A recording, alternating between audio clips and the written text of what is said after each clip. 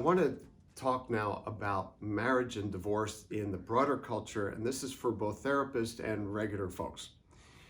I like to distinguish between two kinds of problems: hard problems and soft problems that can lead people into divorce, lead them to go into therapy. Hard problems are the triple A's: affairs, abuse, addictions. Soft problems are everything else: growing apart, sexual problems, arguing about the kids, in-law issues, just the growing apart, which in my own research we've shown is the biggest reason that people talk about why they got divorced. What's happened now is that the predominant reasons that people get divorced are for the soft problems, not the hard problems. If you go back in history, it was the hard problems. You couldn't live with somebody who was drinking and abusing you, having multiple affairs. In fact, there would be a fourth A, historically, abandonment. Okay, you could get a divorce when your spouse walked out on you, you didn't know where he was or she was, and then you get divorced. So these are the kinds of problems, those triple A's, that fundamentally compromise the very basis of a marriage. They often compromise human health and dignity. Okay, they are fully, widely recognized as serious toxic pathologies in a marriage across cultures. The soft problems are very much history and culturally bound. So growing apart, not able to communicate together, no sense of closeness. These are problems that cause great pain for people now, and I don't want to diminish that. If you feel like you're living with an emotional stranger, okay, this is a tough slog, and sometimes people say, I can't go on this way anymore.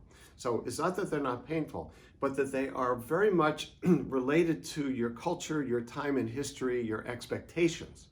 So the whole idea of a soulmate, of your spouse as a close friend, your spouse as somebody who you really communicate deeply with and frequently with, is an invention of the modern era. In fact, one of my favorite examples of that is the movie Lovers and Other Strangers, 1971, where the adult son Richie is telling his Italian immigrant parents why he's getting divorced. They say, "What's the story, Richie?" And he says, "We're not happy." And the parents go, "No, Richie, what's the story? What's the story? We're not happy." And the parents say, "What, you think we're happy?" He said, "You're not happy?" And the father said, "Do you think I'd go around and happy?"